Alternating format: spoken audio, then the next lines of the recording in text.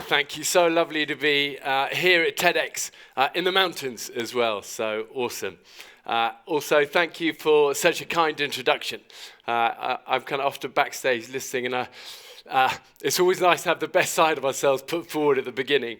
But there's always a little part of me that's back there, also, though, mindful of the truth, that actually the guy stood in front of you here today is often full of nerves. And I know struggle. And I've experienced many moments in my life of real self-doubt.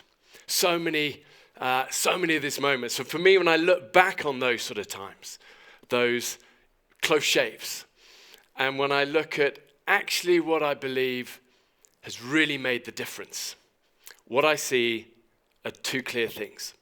Two clear words that I believe define so much of my journey. But it's been learning how to master those two things that has changed everything. And it's this that I want to speak about with you guys today. So first, arguably the most important word, failure. And this is where I want to start.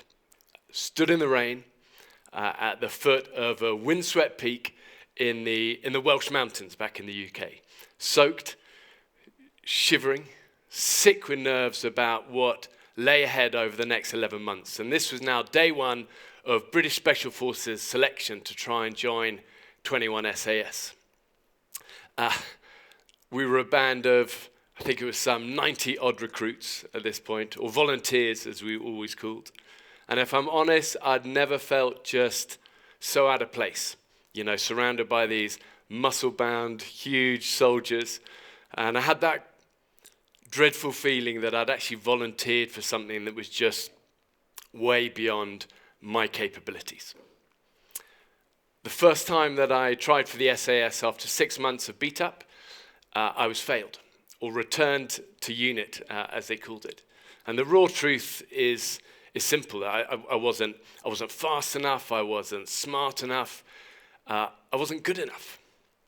And that truth hurt. And people often don't know that I failed Special Forces selection first time. You know, we all like to gloss over our failures a little bit.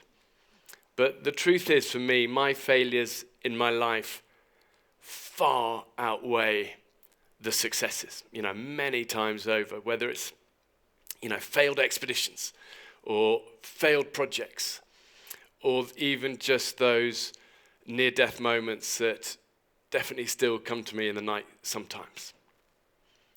But here's the thing, those failures they've also made me, and they've built the resilience, and they've forced me to adapt and to get stronger, inside as well as out.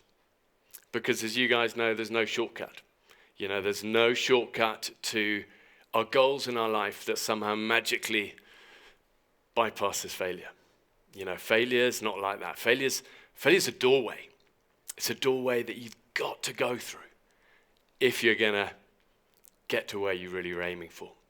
And as a young soldier, I was determined that I was gonna retry for the SAS, to go through that notorious selection process once more. And such a big part of me dreaded it. You know, I dreaded the pain, the blisters, that fatigue. But I reapplied, went through it all again. And this time, by the end, all those many months later, from those 90 volunteers, only 4 of us were still standing. And here's the thing, though. The interesting part is that out of the 4 of us there at the end, cut down to that, 3 of those 4 had failed at our first attempt. But we got it second time round. In other words, without that first devastating failure in here, there would have been no success here. And the message for me has always been clear. You know, you got to embrace failures. Don't run from them. Look at them and know their role. You know, look at them as essential markers. As I said, those doorways that you've got to pass through. stepping stones to the good stuff. Because one thing that failure isn't is the end. It's really the beginning. Or as Winston Churchill put it way better than I can, success is really going from one failure to the next failure with no loss of enthusiasm. So that's the first thing, understanding that role of failure in our lives. But it's only half the story. Now we've got to turn it into something meaningful, something powerful. And that's where the fire comes in. The fire to keep moving against the odds, to hang on, to endure beyond what is maybe considered normal. And the question always is, well, how do you do that? How do we access this fire inside in those big moments? Because sometimes in life, as you know, that fire inside gets beaten. And sometimes it's hidden. Sometimes it's barely like an ember.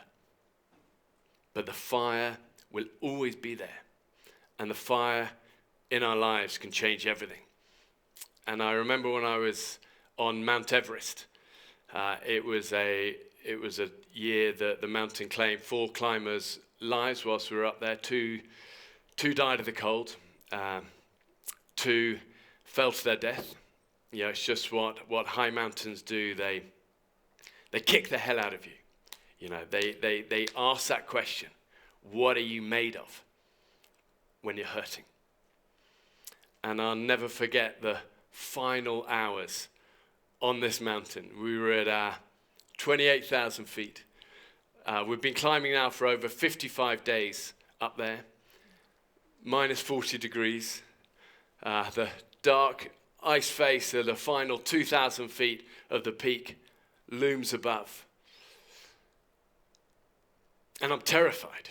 You know, the next 24 hours I know is going to change my life one way or the other. I know that.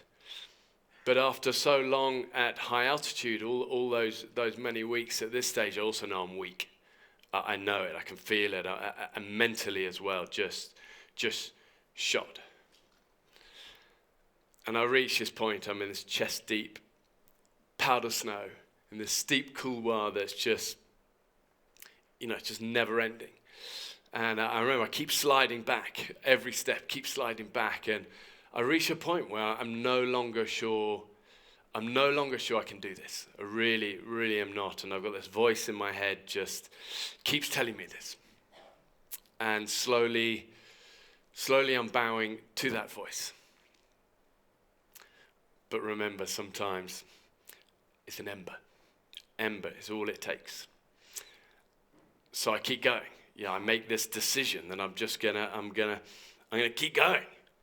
To never give up. N-G-U, write it in here, moving. And finally, eventually, that summit came. And I just remember collapsing to my knees as a wreck. But I've made it. And we watched the dawn rise up over Tibet. And I was just aware I was standing somewhere truly special. You know, truly special. It's that icy roof of the world, as they call it. But even though it was ice that was up there, the truth is it was the fire that got me there. And I look at my life, it's the fire that's been my most valuable weapon. You know, not talent, limited, not skills, growing, not knowledge, small, but resilience. You know, resilience. And if all you take from, you know, this session together, know the power in your life of unrelenting, unwavering resilience. Because when the storms come, and they do come, they always come. When the storms of life come, it's those very storms that actually make us strong. And as with all dark nights, when we go through them sometimes, you just got to hang on in. Hang on in there, doggedly. Dawn will always come. The light always wins. And the fire, as you guys know in nature, fire, all powerful. Two words that if we can master them can truly empower our lives. How to deal with those failures and how to find and use and harness and drive that fire.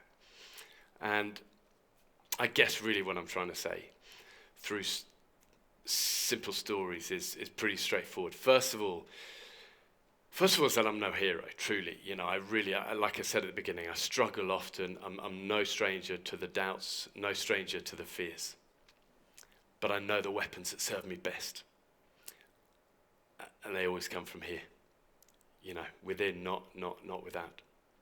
So for you guys, remember, you are made amazing. You truly are. You're capable of so much. So stand tall, own it.